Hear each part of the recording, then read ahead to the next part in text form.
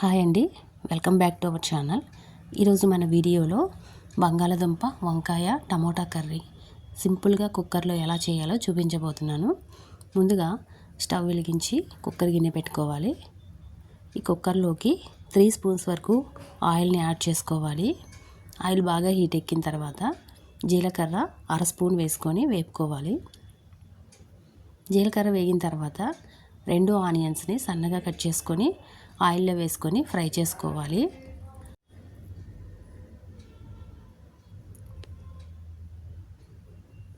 ఈ ఆనియన్స్ బాగా ఫ్రై అయిన తర్వాత 2 టమోటాలని సన్నగా కట్ చేసుకొని ఆయిల్లోకి వేసుకొని ఫ్రై చేసుకోవాలి.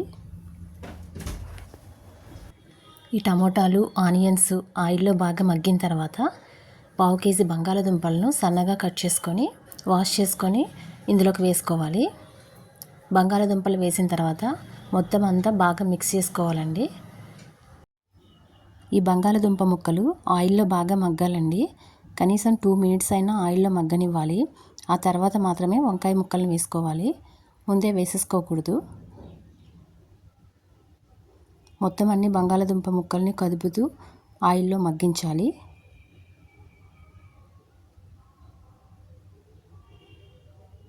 ఇప్పుడు 1/2 కేజీ వంకాయల్ని సన్నగా కట్ చేసుకొని వాష్ చేసుకొని ఇందులోకి వేసేసుకోవాలి. ఇప్పుడు 1/2 స్పూన్ వరకు పసుపు వేసుకోవాలి. సాల్ట్ మన టేస్ట్కి తగినట్టుగా వేసుకోవాలి. కారం 1 స్పూన్ కానీ 1.5 స్పూన్ కానీ మీరు తినే కారాన్ని బట్టి బాగా కలుపుకోవాలండి. ఈ వెజిటేబుల్స్ అన్నీ ఆయిల్లో బాగా మగ్గాలి. అడుగు నుంచి కలపాలండి, పైపైన కాకుండా.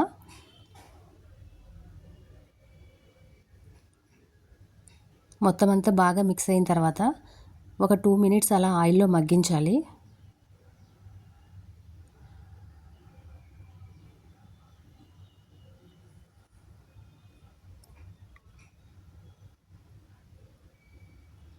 ఇప్పుడు ఒక పెద్ద గ్లాసుడు వాటర్ వేసుకొని కుక్కర్ గిన్నెకి మూత పెట్టేసి 3 విజిల్స్ వచ్చే వరకు ఉడికించుకోవాలి.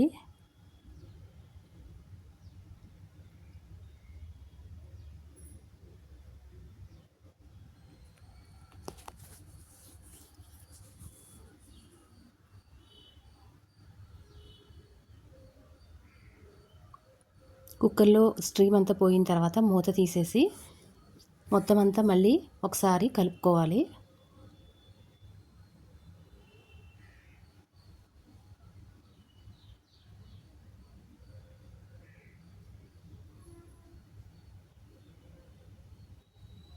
ఇప్పుడు ఇందులోకి 1/2 స్పూను గరం మసాలా వేసుకోవాలి.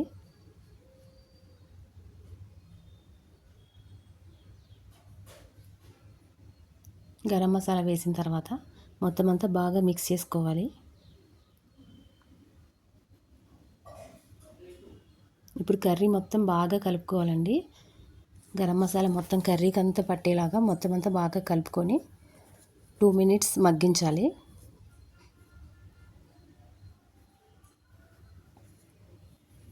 అంతేనండి, ఎంతో టేస్టీగా ఉండే బంగాళదుంప వంకాయ టమోటా కర్రీ రెడీ అయిపోయింది.